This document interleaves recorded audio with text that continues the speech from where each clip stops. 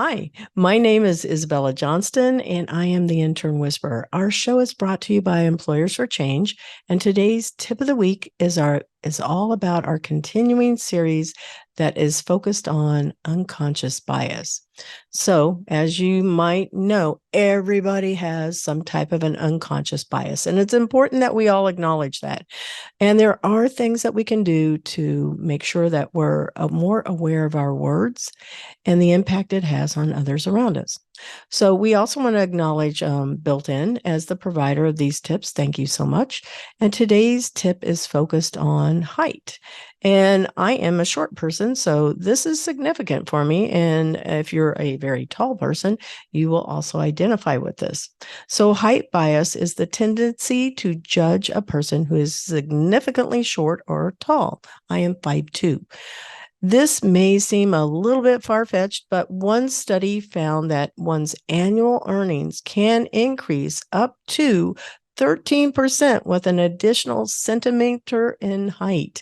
Another study found that tall candidates are perceived as more competent, employable, healthy, and it explains why about 58% of male CEOs at companies are over 6 feet tall. So, how do we avoid unconscious bias about height? Well, we can conduct anonymous interviews, phone interviews, or video interviews to reduce susceptibility to judge a person's ability to do their work based on their height. And we also want to make sure that we're knowing that this bias is a common social behavior and it will help you identify your own bias against candidates. So we want to welcome you to the Intern Whisperer. Our show is all about the future of work. And today's guest is Roger Hunt, the founder of Idea Trek. He's founder of several other companies. He is an experienced software developer, leader, author, speaker, and investor. And I want to thank you, Roger, for appearing on the Intern Whisperer. Hi, so this is the Intern Whisperer, and today's guest is Roger Hunt. I've met this gentleman, I don't know, it's like about, I'd say maybe 5 months ago, and it was through Prepare for VC. Always a good group to hang out with. And the things that Roger's really well known for, he's going to be sharing that on the show. So welcome to the show, Roger. Hey, thank you so much, Isabel. This is fantastic. I'm very excited about this interview. Me So, too.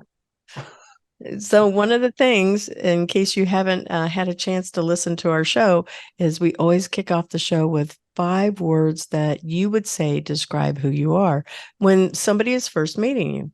So what do you think those 5 words are? I know that we talked about it a little bit offline before we got started, and you had said open, but I don't know if that's the word that you want to open with. I was using it because it's like open with. No, I like open. Open is I meant it in the sense of anybody, and I don't want to downplay the fact that we interacted so quickly, but I I didn't anybody's welcome to walk through my proverbial door and say hello, and I'll give you the time of day. Oh, and nice. and and and much more. I don't do background. I don't do background research on folks Gotcha. before I talk to them and decide if we're gonna do it. And So I what think you're that saying is that how you meet people when they just drop into your life, that's like you're just evaluating at that moment. It's very organic. I love that you went that way with it because it actually clarifies what I think I meant by this is when I meet somebody, it's about finding what I can do with them rather than determining if I should do anything. Ah, yeah, that's a good way of putting that. Yeah. Yeah, it's back to the old ways of how we would meet people at events or right, it's just like people on the street and you have conversations. It's not related to everything that had to be social. Mm. Yeah. No, I I like think that's right. I think that's right. It's trying to. I never really pictured it in terms of going the back with the old ways, but I think That's what, although, the old ways weren't so much open in that sense. It was who do you know, Yeah. and how can we band together and and defend our territory. Yeah, So, so, exactly. uh, so I'd want to, yeah, maybe a new version of openness in that context. I would say that would be true. Something else you said is trusting. Trusting, yeah, and I think that falls out of the openness one. Mhm. Um, I will, and this is just something that I tend to practice is I don't know if I practice it intentionally, but it's just I get really excited whenever I meet somebody new. Mhm. And I always want to like, oh, this is gonna be great. And then coming up with some project for us to do, and I'll always give, the kind of absolute benefit of the doubt to it. So I'll be like, okay, great, I'm gonna do this, you're gonna do that, you're gonna do that, I'm gonna give you this, you're gonna give me that, and then um I'll kind of go all in with what I said I'm going to do, kind of absolutely expecting that that'll be reciprocated with them doing what they said they're going to do. Rather than so I don't sign a lot of NDAs. Gotcha. Gotcha. Yeah. You're like, here's all the secrets. What do you want to do with it? It's an NDA is only as good as you have the money to back it up, right? So, then it becomes, well, this is a gentleman's agreement, right? Or just a person's agreement, a business person's agreement, right? If we're going to stay Yeah. gender neutral there. Well, and I think it's there's so much going the other way, and with so much information out there, you can almost spend your whole day just trying to figure out before you've even met someone whether you should be doing some work with them or not. Hmm. And the likelihood of that working out, and this is actually a theme that will probably come up a bunch of times, the likelihood of anything working out is just so low Mm. that it almost becomes like, you, like I'll often tell people when it comes to like building apps or something, it's like, look, you could make the most beautiful application in the world, and it still has a 0.01 chance of succeeding. Of succeeding. You could also make the ugliest app in the world that took you 5 minutes, and it could become the biggest thing. So there's almost what's the point of doing all of that background research to nudge up maybe a percentage or point or two in the likelihood of it succeeding when you could just try it. Just try something with somebody. So so I think that's maybe a that good falls way of within the thinking of it. openness and trusting concepts. Yeah. Yeah. I like the way that you're explaining that because, um, again, old ways of doing things. It's always about being able to say, okay, let's sit down and think about how we could do something together. And that's where that ideation comes from, right? And then you have to go try it. Not everybody always wants to do it. Some people like to be super, super planned out, which, that's a good thing too.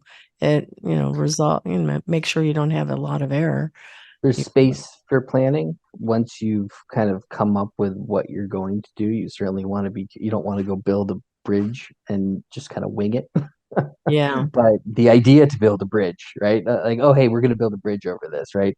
You can sit there and do 100 different models and test them, and test them. The question of, are we going to build a bridge, or are we just going to forge the river? Hmm. That one, just jump into one, and then after that, okay, now we've committed to doing this one. Let's figure out how to get it done. That's where you need to plan, right? And I think actually the trying to figure it all out before you've even gotten started comes down to just fear, for lack of I don't know that it's so wise or intentional. I think it's just a way to allay fear, or in a more structural sense, to satisfy an insurance policy. um, Yeah, that's funny. Maybe it could be. So your third word was cantankerous. Okay, now that is a complete 180 in my mind. We go from open and trusting to cantankerous. Why did we go into that direction? Yeah, if we were to ever get into a disagreement over some issue, I would argue my point to the I would argue my position to the point of sullenness and regret Okay, I see. and cantankerously to hold the grudge until, until the cows come home. So you said 5 words that describe you. I don't think you said 5 positive words. So that would be one of my one of my I like your one of my honesty. I think that that's a good thing. I think that many times people always paint this picture of themselves and it doesn't include the honesty. With every single person, there's wonderful things, but then there's also things that are like, do I have to deal with that? But that's in no. each one of us. What's the and I hope none of your well I don't want to maybe some of your guests have said this before, but the person who to that answer says honesty immediately distrusting of them. Mhm. Yeah. I'm very honest. I'm like, oh, okay, Yeah. sure. So then you have to analyze it. Now I'm going to get cantankerous, right? You've never told a lie, never once. Now you're going to call yourself honest. Well, oh my gosh, what does that say about the rest of you? So you can go in circles and circles around. So Right. intense. Why did you pick intense? Similar to the cantankerous vein, these are somewhat related now. I'm thinking about it, but they draw on different aspects of it. Is um, when you have uh, a cup of like you just have a cup of coffee and then you sit down to like write something or do some project and like you got about 30 minutes of like really good focus on it. Mm-hmm. And you're like in the zone. Mm-hmm. Um, uh, I mean, I sort of I chase that in a sense, and when I really get into things, it's like I just had a pot of coffee that just shoves me right into it, and that'll last. Well, it lasts. You know what it lasts? It lasts as long as the uh my sort of approach to it is reciprocated by the people that I'm working with. So like I think when the first project that I had sort of brought with us doing was that the Wix training thing. And when I first got, when I was first doing it, I was like immediately making a website, immediately organizing the entire structure of it all and how it's going to be and where everybody's going to fit into it. And luckily, I've gotten a lot of reciprocation from folks who've, either brought students in or, they're doing other kind of business. And I've just been kind of like honed among all the other things that I'm doing, like just really intensely whenever I get into working on that and any of the other projects that I've got going, I just kind of and then we end up at a meeting about it and people are like, whoa, buddy, whoa, buddy, chill out. And I'm like, no, what are you talking about? Let's go. Well, what's really funny is your last word. It seems to bring balance to all four of these words, and it shows, the really what people would say are the positive sides and then the sides that are challenges, right? But I think all of them, when you put it together, is your fifth word, which was governed. I think that somebody that's governed is weighing both sides of the equation. So when we were just briefly talking, so we were just briefly, you had mentioned, well, you're a dad, and you're a family man, and you've got all the stuff that you've got to do. And I was trying to think of the right way to put that. It isn't like, oh, I'm a dad and I'm so happy to, like the sort of standard, um, oh, I love my family and all that stuff. Um, there's a sort of other shade to that, which is like, oh, I can't go out and do whatever I want to do. Right? Because you have other people that you're You have other responsible people, right? for and to. Right, precisely. And so, what's the right word to sort of just explore that? And it comes up on the business side too. I'm not just, I think when you start companies and you have investors, you start to realize you're sort of always looking for the way, okay, when can I get out from under these people? Mm, When can I be free? Um, but even when you do, you still are. And so I think governed has both positive and negative shades to it, and I think that captures not only the family aspects of it, but also the way that shows up in business. So yeah, Yeah. governed. I now have I always been governed? Certainly, some people would say no, but I that I could present a case that even in my less governed time of my life, I was still somewhat governed. Interesting. I got to think about that more. I'm gonna have Oh, like a whole session after this where I start writing about this. yeah, that would be a really good name of a book too. But here's the thing. When somebody is first meeting anybody, right? It's kind of like the balance sheet of a company, right? You only have a snapshot of it at that point in time. So it's the same here. This is just a snapshot. So you had said that some people would say no. And I went, well, but they're only seeing you at that one moment. That's just a picture. That doesn't mean that had all of the experiences they could have with you. So that wouldn't be a fair assessment of anybody to say one meeting says, oh, they're like this. No, you don't know me, right? Yeah, no, I think that's right. And this might come up later too. But how important is it? What other people think generally, and some sort of important, it's sort of not important. Yeah. Well, let's talk about your career story. How did you get started? And then let's talk about idea track. Sure, Trek, yeah, that would be like wonderful. Star Trek. Like Star Trek, which I did not realize until literally right now. You didn't? Originally, I so when we came up with the name, I wanted it to be called Dea Quest, like chasing after gods. Oh, really? And then somebody else wanted to do Idea Trek. I was like, all right, fine. So I kind of caved on that one. It was better, and they had a better logo. Uh, so we went with that. But a friend and I started a little startup, and we went out and raised some money, and the rest is kind of history. That was there's my journey. So, what is idea track? Let's talk about that now.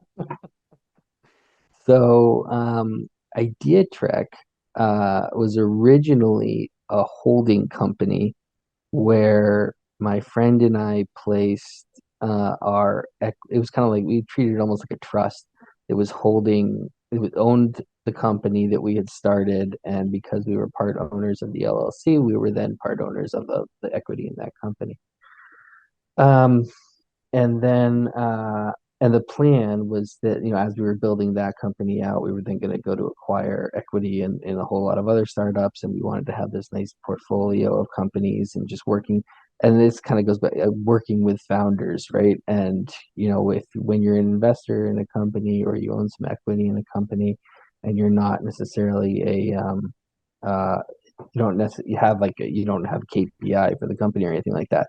You function many ways like a therapist kind of would. So I like to say, I wanted to be a therapist to founders, and then I started this little scrappy company to own equity in other businesses so that I could be a therapist to founder, which from a therapeutic perspective is a terrible idea because you have all this leverage over the it comes down. So if you're going to have an investor sort of play that mentor, that therapeutic, that guidance, that advisory role, it is lopsided because of the power dynamic between you and the founder. So it's a really difficult thing to maintain. It actually comes down to the sort of moral character of the investor that ends up determining the quality and structure of the relationship. And so if you have, you know, investors out there who are, you know, haven't thought through some of this stuff or don't care to think through some of this stuff, you can end up with, a really, really unfortunate ending. And so, uh, so whereas we went through that process. We were talking to all these founders. We were bringing equity under the umbrella. Um, and uh, it's gone through ups and downs, crazies in and outs, people coming, going, projects coming and going. It's just kind of the way that whole thing evolves, and I'm still doing it today. So It sounds like you like it though. doing it for long enough and committed to it and not going anywhere. And I can't think of a better place to be. I'm a very happy person. Not to make other people upset at not being happy people, but Yeah. I get to own this one, so I'm happy. Screw you. That's good. That's Not good. you, Isabella. You're wonderful. But Oh, anybody thank who's you. mad at me for being happy, screw. Well, it sounds like what you're doing is we'll put it as more of a being a responsible partner, because you had previously said that, obviously in venture it could be you're deciding a fate of a company, and it cannot always be the way that maybe the founder wanted it to go. But it sounds like you're being more thoughtful about that approach. For good and bad reasons. Maybe that goes back to our The five words: our words. governed. Maybe the intensity of it, right? Or even the cantankerousness, because it's Mm-hmm. like, I cantankerous. I'm not satisfied. Is how I feel that word. I wonder what the dictionary definition of that. I always use cantankerous just because I like the sound of it. Um, It's a very strong word, right? it's a very strong, powerful word, and I think it can be not satisfied with argumentative, uncooperative. Yeah, of course you can't. But I think the argumentativeness and the uncooperative comes from, and bad temperedness. That's what it gives me. It gives me bad tempered, argumentative, uncooperative. Comes from a not being satisfied with something. And so, when you don't have what you want, here's Lacan. All right. So if you don't have what you want, all sorts of things come out of your reactions to not getting what you want. And, how you react to not getting what you want is pretty important. So I am cantankerous. I think a lot of times we see investors as passive, laid back. Mm-hmm. They are not laid back, but they are. Their role is to maybe. Actually, here I am going to go against the concept of balance. Their role is to balance a portfolio, or their role is to structure a portfolio, or their role is to distribute risk across the portfolio in a way that protects the fund. Um, and that puts them in the position of um, a kind of a manager, and a manager almost by definition lacks responsibility. Like their job is to simply like manage things and keep things moving. They're not ultimately responsible for what happens. They're just sort of there as a necessary function of the process. And I think that's the role that they typically play. And I think that's the way investors really want to play it. They want to be out playing golf while somebody else, does the books and somebody else does all the work, and they're just there to collect some of the winnings at the end of the day if it works out. They're gamblers, in a sense. And I think that they want it to be like passive income. It's making them money while they're sleeping and doing all of their fun stuff. that concept generally irritates me. Yeah. That concept, whenever anybody says, "Oh, I've got a passive income opportunity," I'm like, "Well, I don't want that. Get out of here. I don't want your passive income opportunity. I want to go do something. Like, let's make something happen." And I think, and so, moving on just from the character of it. Okay, maybe there's a lot of gamblers in the investment world, and maybe there's a lot of people who just want to sit back and get passive income. And we can criticize them personally for that those aspects of their character and who they are and the function that they're playing there, but structurally it's deteriorative. So when you have a group of people in that role acting in that way, in my view, and as I would argue and do argue in this little book that we just did, that is like the kind of the reason things aren't the way that they should be right now. And I realize that is a big statement to make. Yeah. a big odd statement to make. But I place, so if any, I think we should be upset at where we are right now, given what's happened the last 20 years and the opportunities that we had. And so, okay, if we should be upset about, if you agree that we should be upset about that, I'm not putting on the spot to agree or disagree with that. I'm just saying this is normal. This is the way I have it. If you agree with that, then we have to find, okay, well, what went wrong? And so I place the what went wrong on the investor community, not the founder community, not well, the investors and the service providers who actually are kind of investors in a similar strain. But so sort of that what we might otherwise call the expert class is it's a failure on their end. Now, of course, when you listen to the expert class or the people who are in power, they're throwing blame everywhere except towards themselves. Oh, it's market dynamics. Oh, it's global economy. Oh, it's the like how labor is changing. Oh, how the workplace is changing. Oh, people aren't as educated as they should be, or workers have the wrong ad everywhere but themselves, right? And I think that it exactly lies with them. And so if you have responsibility on that, and well, what is it going to look like to adjust it? And so that's what I've been spending a lot of time thinking about recently, is what would it look like to adjust that? How might we do it? And then trying to convince other people that I'm right, so that we can actually enact my plans. Yeah. I think that there's a lot of people that would view that as being more engaged in the process of supporting a company, because if you're giving your money, let's go to a bank or parents, they give us money and they say, okay, I want you to be responsible with it. We should be able to go back to that entity or person that invested in us and say, hey, I'm having these problems. What do you think I should do? Because if we're not afraid of going to that person and seeing them as more of a source of wisdom, maybe a partner, then they should be able to offer some suggestions to keep that company moving forward instead of saying, oh, well, you're not the right person to run this company. That's not helpful.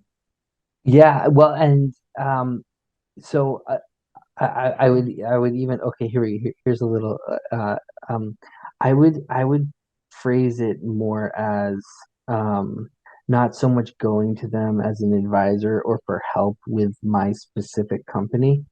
I don't think the solution is so much, oh, not necessarily that they should be more engaged on a day-to-day basis. What Oh, no. I'm getting at, and I realized I didn't um, make it totally clear when I was saying before, but st it, structurally, they have to be more, um, they have to be on the hook more. So, one way that I like to put it is the investor is very, very good at avoiding risk, which Mhm. sounds weird because they're taking all these risks and they're making all these gambles, but they're also hedging every single one of those risks and gambles. In startup world, it looks like, well, I'm going to invest in 100 companies, and I just need one of those companies to succeed to make up for all the failed companies Right. that I had, right? So in that way, their structuring of the portfolio is designed for them to benefit, one of the founders to benefit, and the other 99 to fail and go nowhere. So what I think needs to happen is the investors basically like gotten rid of risk, right? They've de and this is something that you'll hear people talk about is like, we don't have any risk on it. We have risk on individual investments, but we don't have risk across the portfolio. We're a safe investment, so to speak. Okay. Um, at the same time, and so then they say, then what do they say? Oh, well, now we can innovate like crazy, right? We can do all this amazing innovation because all the risk that used to be, inherent in trying to innovate and trying to move things forward is gone, right? So now we're going to have a much better world because we solved the risk problem, and which means we can take on more risky future projects, which is going to get us into a better future. Okay, like that's the line from the investor, and I think that's just patently wrong. Um, and it's wrong because they have not. Uh, this is a this goes like to physics. They have they have not eliminated risk from the system. They've actually just moved the risk somewhere else. Particularly, they've moved it onto the founders of the companies that fail. So, if you start a company and you succeed, yay, wonderful, you get all the riches. But if you lose, you don't only lose your company, you lose like all the money. You lose your entire career because you quit it to go and start this company. You lose, probably a lot of friends and even some family in the process who are mad at you for losing. You lose a lot, right? And so, when it comes to and just take it one step further, then what did we gain out of it? Well, the company that typically succeeds is the one that had simplest business model, goes for the money as quickly as possible, gets all the money back, and then everything else dries up from the rest. And what are those? What has that looked like? Well, advertising company. Like, that's the fastest way to get money is affiliate affiliate bonuses, right? And what's an advertisement? Hey, go buy this thing. Maybe I took some money up front because you paid me through the advertisement, or maybe I'm just getting money as a cut of each of the things. It's the quickest way to get a dollar out of anything. And so, what are the companies that have succeeded? Companies that make an affiliate fee off of garbage being distributed Mm. to the same people who, for $2 or $3, to the same people who now have no place to work because they gave up their career trying to start a business. So, and so here's the hellscape that I think we live in. Oh my goodness.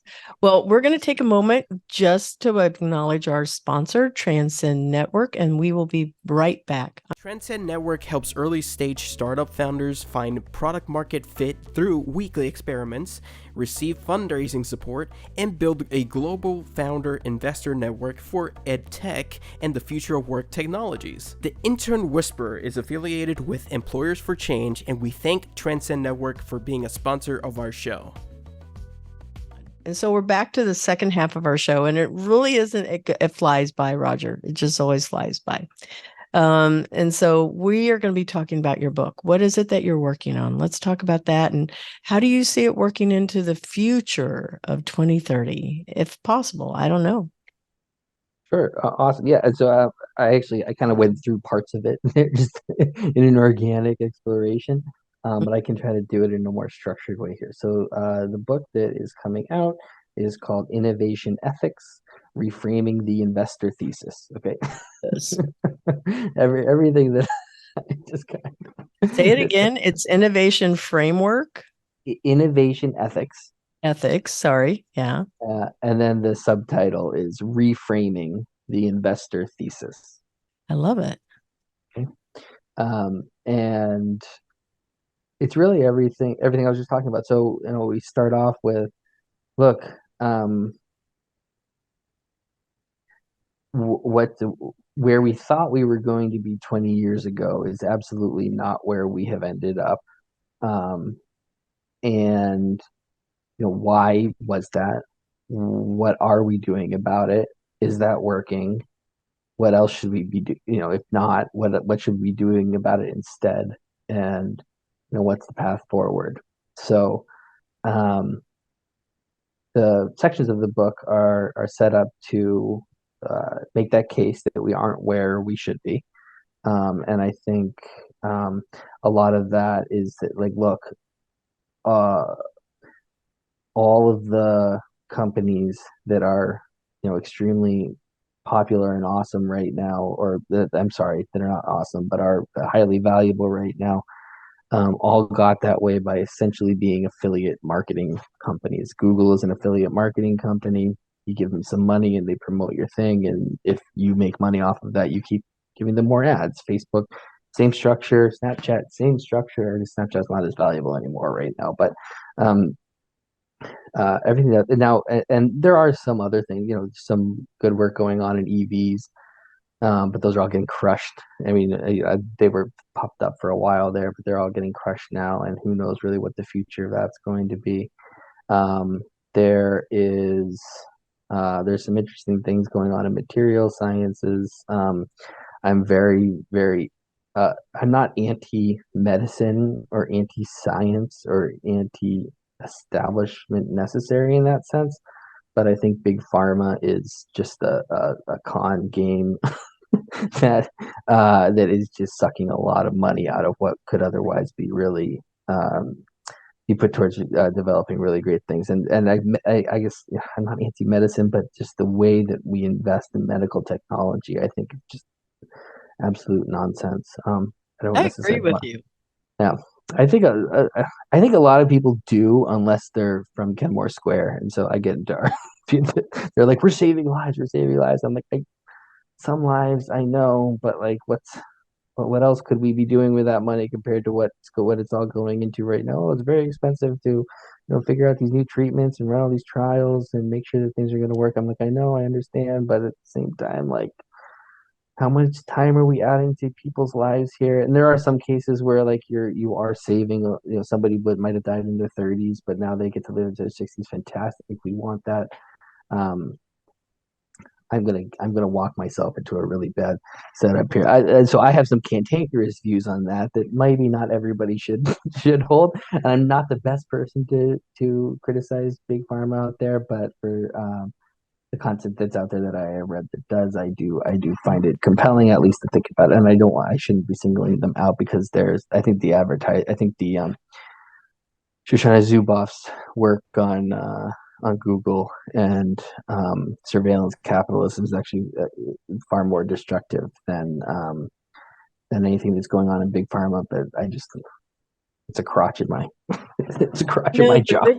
The bigger a company gets, the less personal it can become. And I'm going to go with Google, as a matter of fact, because I used to be able to call Google or contact Google if I had a problem with anything in my Gmail, right? Or my Drive or anything accounts.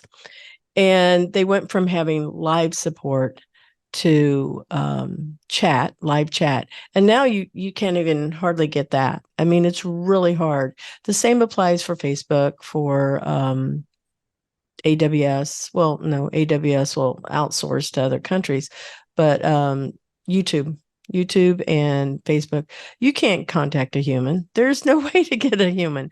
I have tried so hard when I've had problems, and it's just the innovation of people that when I talk with people, do you know how to fix this problem? And, it's like maybe I went through 100 people, but I finally found somebody where I couldn't get to a live person there. I think it's the same with Google. It's the same with, just any of these companies as they continue. I don't know what happened to the monopolies, but it seems like they are. I was just gonna say, even when you get to a human, it's like you're not really talking to a human. You don't know. It could be a chatbot now. Well, no. Even all right. So you have a human, right? You got their name, and maybe you had a little chat with them.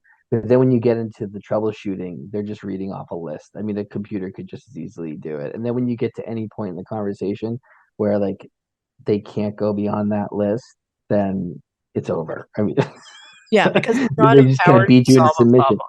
Yeah. Right. And so I was just saying, even when you get a human, you don't really have a human. You have somebody who's executing a specific set of instructions, um, and with a specific goal in mind, which is to get you off the phone and make it difficult for you to cancel your subscription. So I mean, yeah, even and not to demean anybody that works in that part of the world, but they know it. I've got a friend who does this. I won't say what company they work at, but that's what it is, and they're processing these requests as quickly as possible. And I should say, we don't have the world we had expected 20 years ago. And then you might say, well, like, what kind of world did we expect to have? And the classic one is like, oh, we should have flying cars by now, or oh, we should have, we should be living forever, or oh, who wants to? Yeah, there's that too. I know that was the can of worms I probably shouldn't be. Yeah. We don't have time for that one. We can do that another day. I do want to go back to your book, though. I do want to go back. When is this yeah, book? Yeah, when is this book going to be released?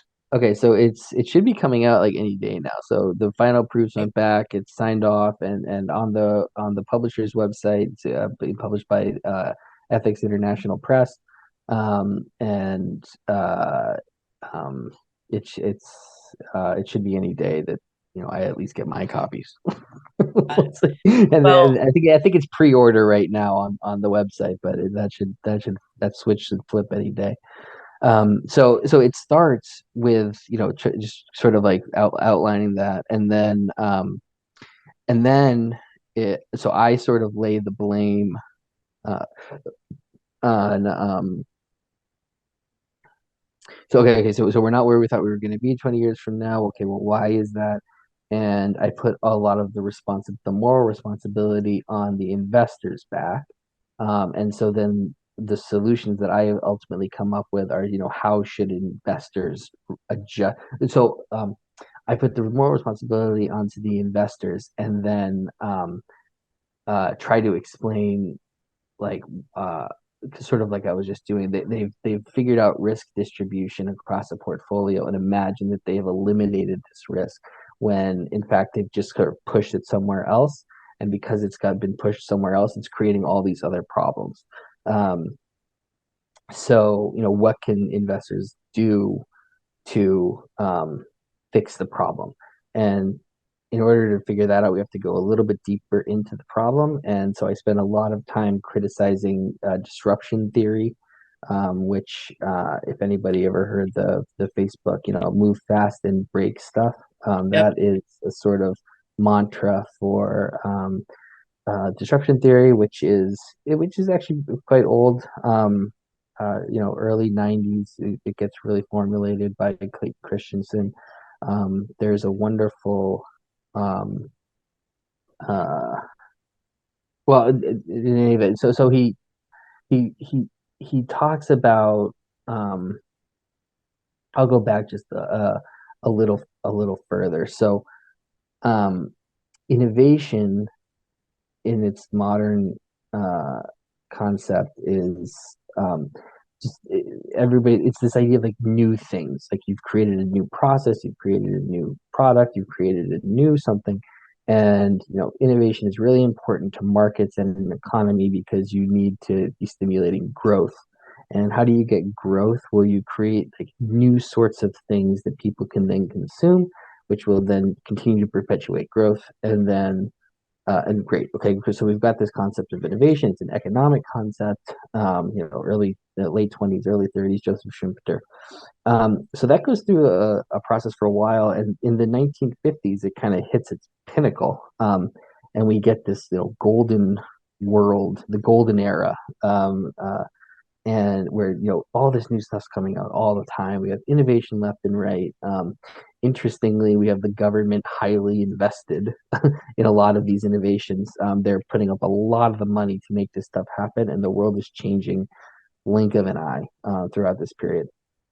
So then we get to the 70s and into the 80s and the 90s, and everybody starts now to talk about computers are getting really big. And what's the shocking thing about a computer is, well, we don't need an army of calculators anymore. We just need somebody to push a couple buttons of the computer, and we've got all the numbers that we need out of it. It's way more efficient. Okay, so and we can optimize things. So 70s, 80s, and 90s, we get into this whole we've got to optimize everything. And if we optimize everything, then we can have more room for more new stuff so that we can then continue to grow. So disruption theory comes along as a theory of innovation that talks about how does optimizing an existing structure create a new market? And then what can we do with those new markets? And without going too just deep into it, this just like takes over. So now everybody's out there trying to look for problems and issues going on in operations and product development, and you're trying to find ways to optimize and make these things more efficient, so that you can hopefully then create a new market, open space for a new market. Takes off, goes like crazy. Okay, what happens? All this money starts pouring into technology stocks and innovation stocks at the end of the 90s. The whole thing blows up, right? Whole thing blows up. And there is this meeting. I'm not going to boil it down to this one meeting, but there is this story of this meeting in Google when the market crashes. Like, what are we going to do? Are we going to continue doing our vision research, or are we going to adjust to an advertising style model? Because what's that going? Because it's the quickest way to get money out of it. Um, Crash is over. Google explodes. Everybody follows suit and goes into it. So you have this efficiency structure, this disruption theory of people going in and making all these things more optimized and efficient, which then creates this massive bubble which bursts for any number of reasons. And then you have this company emerging out of it with this advertising model, which now everybody follows suit. The epitome advertising is like the golden egg for optimization, right? Like it's pure advertising is pure optimization. How can I take this dollar and turn it into more dollars? Well, you have to advertise your product, and you have to get better, better, better at targeting your audiences in order to turn that $1 into $4. Okay.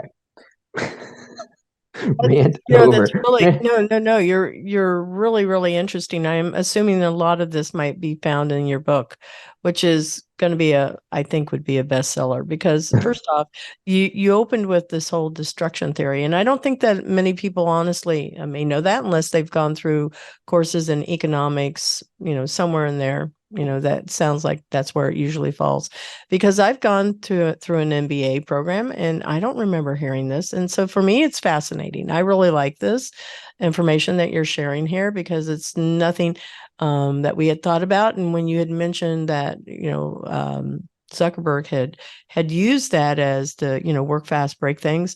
That's true. And that was like summing it up in super simple terms, like, a 3-year-old could understand that. Like, go through the room, break stuff. They're going to get it, right? We get that. But I had no idea about all of this. And it's very, very fascinating. I think that your book will do very well. I hope so. Well, I mean, I don't know how much it will actually do. I'll tell you, it is targeted. So I'll skip quickly to the end of this. So I just destroy disruption theory as Yeah. as not just on the face of like its results, but its structure. I think the concept of optimization. So two things I'll just say quickly. Innovation is not optimization, and so when we get into that 70s and 80s period where people are trying to optimize down in order to create new markets, they stopped innovating. So innovation quite literally stopped at that point, and we started optimizing. But what happened? People started using the word innovation to refer to optimization, and we're stuck with that right now. Oh, you have to innovate. Oh, what does that mean? We got to be more efficient. No, it does not. That is not what that means. No, that's not the word. Innovation is different than optimization, is different than efficiency. Okay, these are different concepts. They have been merged. It has almost been a religion formed around that merging. Right. So I call it the idolization of innovation. If you are bowing to innovation, then you are not innovating, because the whole point of innovation is not to bow to old things. Yeah, To it's create supposed to be about new things. risk, having some kind of risk. I applied to the National Science Foundation for I didn't apply. I actually submitted an executive summary for feedback. And what they wrote is they said, well, this isn't really innovation. What you have done is you've prepared something that actually is, it's enhancing, it's optimizing what's already out there. Those are the key words. So I think that what you're aligning with is exactly, is it really innovation? And people, you're right, they throw that word out there like it's supposed to be, well, it's the buzzword. And so now people use it without having a real clear definition of what does that word mean.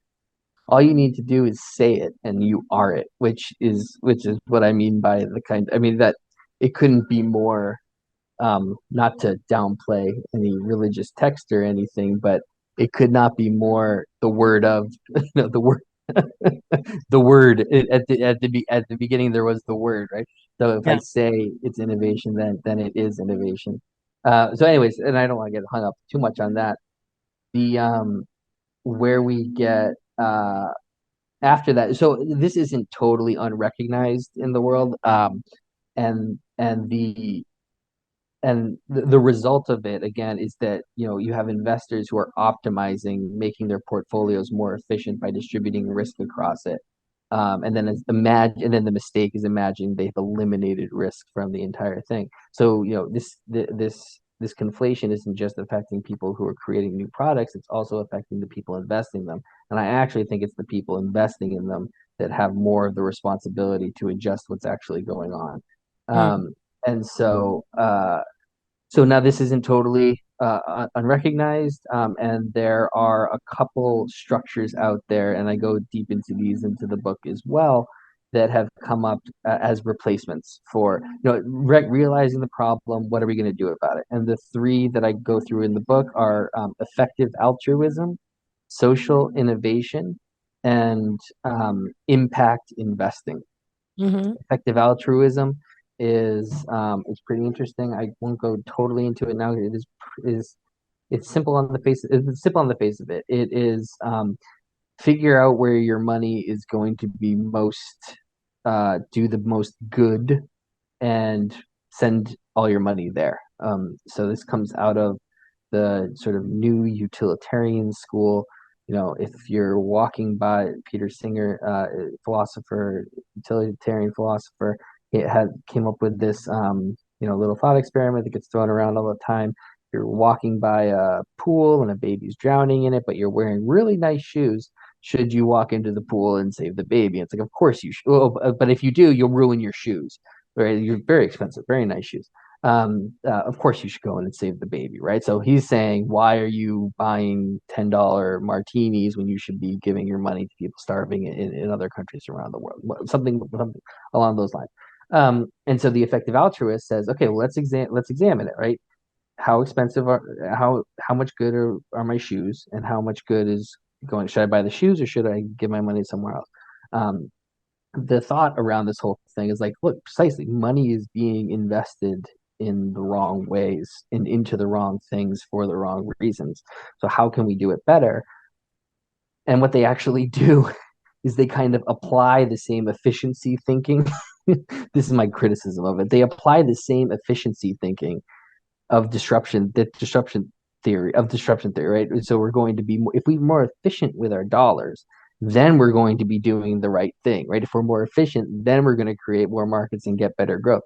So I criticize them on that angle, and the result, I think, as what we've seen, is very much the same that we got with disruption theory. Grand idea, going to make it more efficient, therefore it's going to be better, but falls flat on its face. That's my assessment of it. They're still going, and there'll be the EA folks will be very mad that I have said that.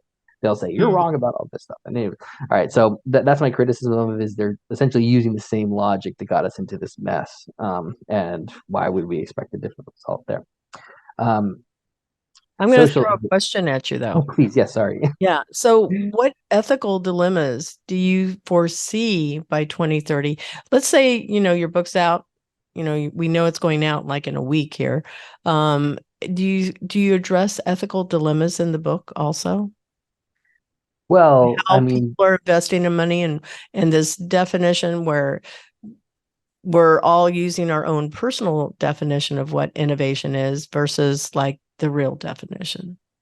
Yeah. So this is a slightly broader topic, but the concept of the ethical dilemma. So like, should I use AI technology, or should I use an LLM to write my paper and course in class, or should I not? All right. Should I go into the pool to save the baby or protect my shoes?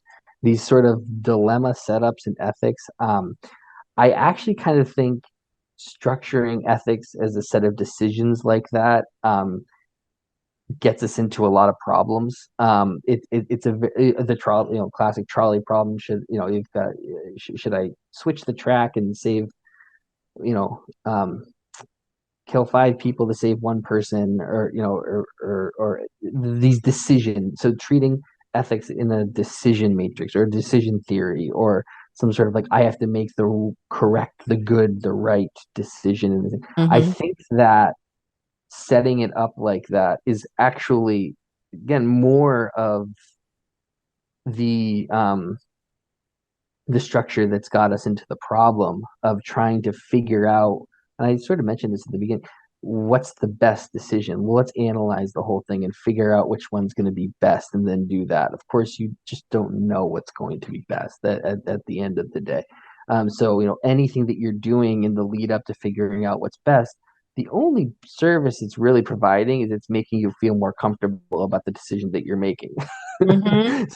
So, what are you really doing? Are you figuring out what's best in the world, or are you just satisfying your comfort or satisfying your insurance policy?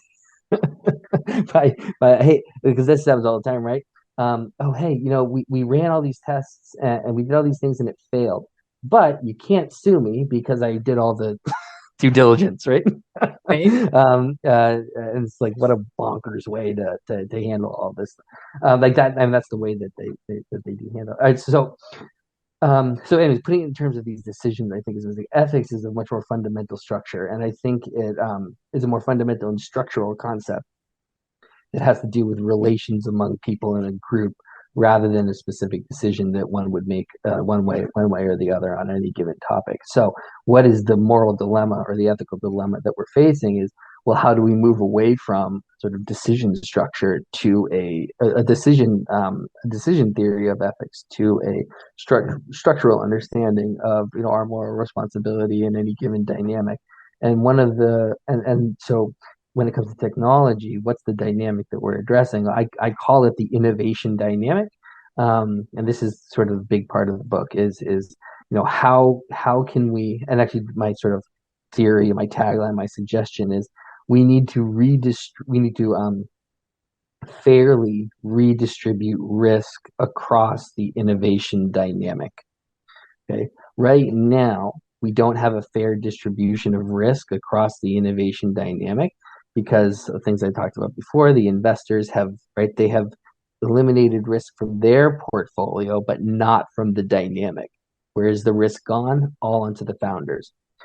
And the dynamic, I think, is composed of three nodes. I'm getting into the weeds here, but why not? Let's do it. Okay. So the dynamic is three factors: investors, founders. We talked about those two. The third one are the service providers, or the people who kind of like know how to build this stuff. So I want to build an app. I need to go get money from an investor. I need to pay it to a developer, and then I get my app, right, or my product or whatever it is. Well, you have the investor who's eliminated risk from their books. Then you have the service provider, and they've also eliminated risk from their books. Why? Well, they got paid to build something. Mm-hmm. They have no risk, right? They did the work and they got the money. There you go, boom. So they have no risk. So now you've got the two expert factions of the dynamic: the investors and the service providers saying, "I'm not feeling any risk. Let's innovate like crazy," right? Of course, where's all that risk gone? Onto the founders. One of them succeeds, 99% fail, and they fail hard and they fail devastatingly. And there you go. You have not done it right. So you have this really imbalance of risk and power structures going throughout. And what always happens when we have an imbalance of power structures, will you end up with exactly kind of the world that we have, right now, in a kind of unregulated plutocracy. and so where a couple people are going to be very happy, but most people are not, and they don't have all the fun things, whereas they get all the fun things now. And so why does that come about? Well, because you have an imbalance in the ethics of the structure are broken because you have an imbalance of risk. So how do you restructure that risk? Well, that's the whole thing. And the way I think you do it is when we evaluate an investment rate, and this is where it comes to reframing the investor thesis. When we evaluate an investment rate now, the main thing that we're looking at is how much money is it going to return? What is the ROI on the thing, right? And of course, if you're going after ROI purely, you should put all your money into drug cartels because you are not going to make any more money than you will investing in selling drugs. That's the most money you'll ever make. Of course, most people don't think that we really should be doing. And yeah, probably you shouldn't be doing that with your money. But if you're ROI focused, that's where you should go. So what we So then what does it, okay, so how should we be thinking about the value of these investments? If it's not going to be ROI, what's it going to be? And just to go back to the effective altruist for a second, right? Their ROI is, what's going to create the most good. So now we go to the two others just so briefly. It was social innovation, which is like, oh, hey, we're going to build businesses that don't have a focus on getting as much money out like a Google or a Facebook would. We're going to focus our businesses with a goal of like doing good things. So we're going to build good businesses doing good things. And unfortunately, in that case, not just to say it quickly, it's relying on the same imbalanced structure of the innovation dynamic. So no matter what the goal is of the company that you're investing in, you're going to get because the power imbalance of the innovation dynamic is so off, you're still going to get failures out of that. So effective altruism, social innovation fail because they're relying on an already imbalanced um, theory of innovation and unbalanced investment structure. And then you finally have impact investing. And these are things like ESG, corporate social responsibility, governance, environment, sustainability, and governance. Even DEI falls into this. The whole idea in impact investing is, well, let's just keep doing the same thing, but let's put these check boxes in place. And this falls into the drug cartel category. Okay, if you want to make the most money, you invest in drug cartel, you'll make the most money back. Except we have these check boxes that you have to do. Don't invest in something that kills people. Or something, right? Don't make sure that it has this threshold of environmental sustainability. Make sure the governance structure is structured like this. Make sure it has a diverse board. Make sure it has, whatever it is. Okay, so that's the way you would get rid of the drug cartel on the. It's through this impact investing structure. We are watching that completely fall apart before our eyes right now. So my my sort of suggestion in the book is that you have these three solutions. We know disruption theory caused all these problems. We have three solutions to it: effective altruism, impact investing, and social innovation. They all fail. So we need to put forth a new structure. And so the new structure is what I suggest in the book. And at the end with the result being that whenever we make investments into companies, we need to be thinking about, does the existence of this company lead to the fair distribution of risk across the innovation dynamic, which is a pretty ethereal concept to kind of, it's not just, oh, am I going to make more money? It's not just, oh, is it going to do more good? Is the existence of this company going to create a better risk structure? And then if we look at all the companies that have come up, I think if we look at a Facebook and a Google, they immediately lopside that entire risk structure just in virtue of how they are set up, the businesses that they do, and the way that their technology is distributed. There you go. Where is your book going to be sold? Where can people find it? Yep. So if you go to Ethics Press, actually, I'm sure that, so I'm not the distributor, right? The publisher is the distributor. And I'm sure that they're going to have it all over Amazon and stuff. But if you do innovation ethics, ethics press into Google, here I am criticizing Google and then relying on them to find this book. It should be with everything. So I found it. Ethics Press. I found it. There you go. Okay, so it's still on pre-order right now. But at any moment that'll switch. I'm sure that they'll have it all over, Amazon. They're the distributors. They'll figure out how to do all that. Got it. Well, so what is the best mentoring advice that you want to share with our listeners? Sure. So I would say understand that anything that you're going to do has such a slim chance of succeeding. I'll fall back to some of your stuff. So don't hold anything in the wings. When you meet an investor or you meet somebody who, not, I say investor, somebody who's going to give you money, but it's anybody who's going to give you help. When you meet somebody who's going to give you help, just ask them to help you. Don't spend weeks coming up with a proposal. Don't put together a pitch deck. Just start with, hey, will you help me? And they might say, no, I'm too busy. Well, then address that objection. Try to get through it, right? Just get down to it and ask people for what you want. Don't waste all this time with, Don't be afraid. trying to figure it. Don't be afraid. Just Yeah. ask. Just ask. That's the best thing we can do. Well, how can our listeners contact you? What I'm giving them is your ideatrek.io website, your LinkedIn profile, the X Inno Ethics, and the Instagram Hoover Dao. So is there anything else? I'd say LinkedIn is probably for a brand new outreach. LinkedIn is the best. If you're clever, you can find my phone number. It is published publicly and widely. I do get a lot of people who do call and message me on that stuff. So, the likelihood that I respond on the phone is maybe a little lower. So just tell me what you want. And like I said before, I'm open and I'll do everything I can to get to it if you just tell me what you want. And so text me if you can find my phone, and we'll make this a little of a cicada chat. It's not that hard though. If you find my phone number, just text me. But if you want to connect by LinkedIn, that's probably the most, if you don't feel comfortable texting. Well, Roger, this has been delightful. I want to thank you so much for being a guest on the show.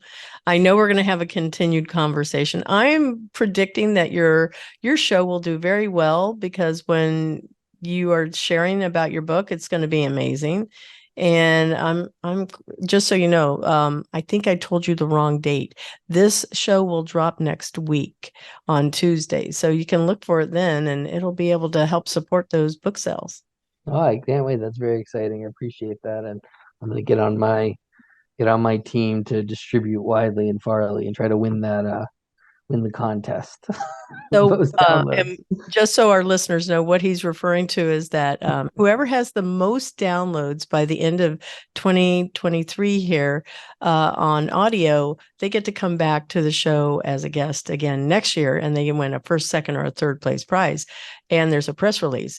But it is also the same on our YouTube channel. Whoever has the most views on YouTube comes back also. So not everybody, like, those that are hearing impaired can always hear the podcast. So we provide it on YouTube so people can find it. So anyway, I'm sure you're very, very passionate in what you've written about. And I know that you've got a competitor in you. So I'm quite sure I will see you on first, second, or third place.